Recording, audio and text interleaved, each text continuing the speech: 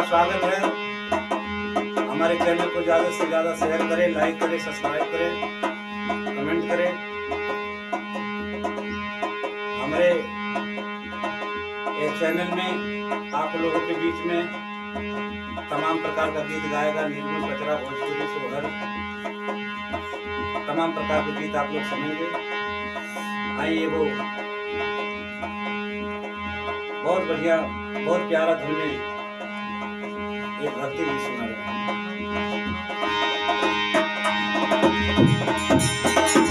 आसे लतोही आसारे लतोही, आसे लतोही आसारे लतोही, जय जनी आवे लतोही, आसे लतोही आसारे लतोही, आसे लतोही आसारे लतोही, जय जनी आवे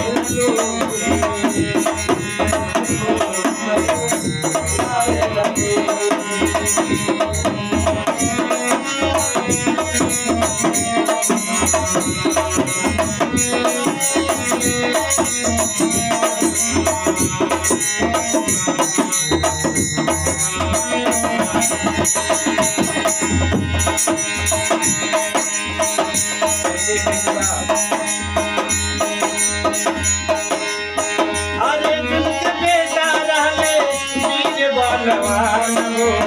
समय के कारण कैले दुख घमसान हो,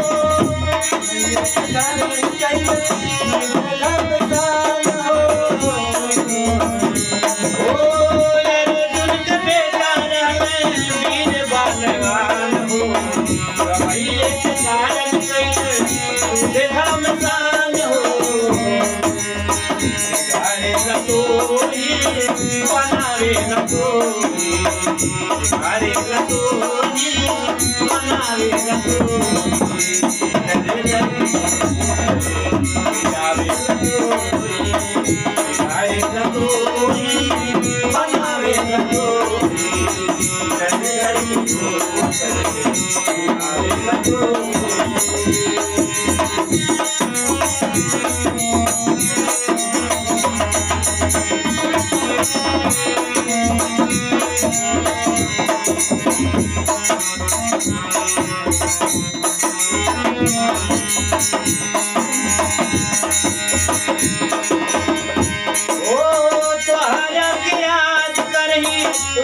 रहे नारी केहू बचावल चाहत कतराने सारी,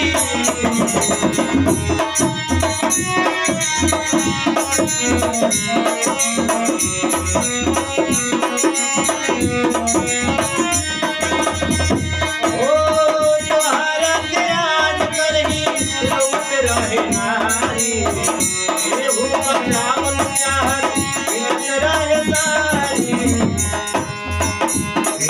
लतोही बढ़ावे लतोही, लतोही लावे लतोही, जले जले लावे लतोही, लतोही बढ़ावे लतोही, जले जले लावे लतोही।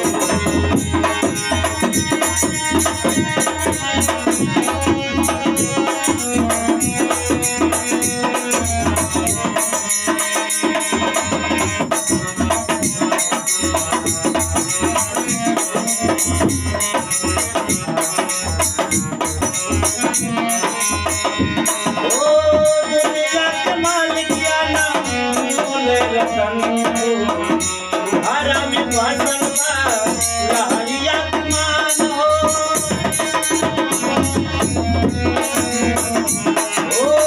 दुनिया के मालिकिया ने बोले रतन हो, तुम्हारा में फसल लहरिया मान हो, गिरावे लतोही उठावे लतोही, गिरावे लतोही उठावे लतोही, गिरावे लतोही। Thank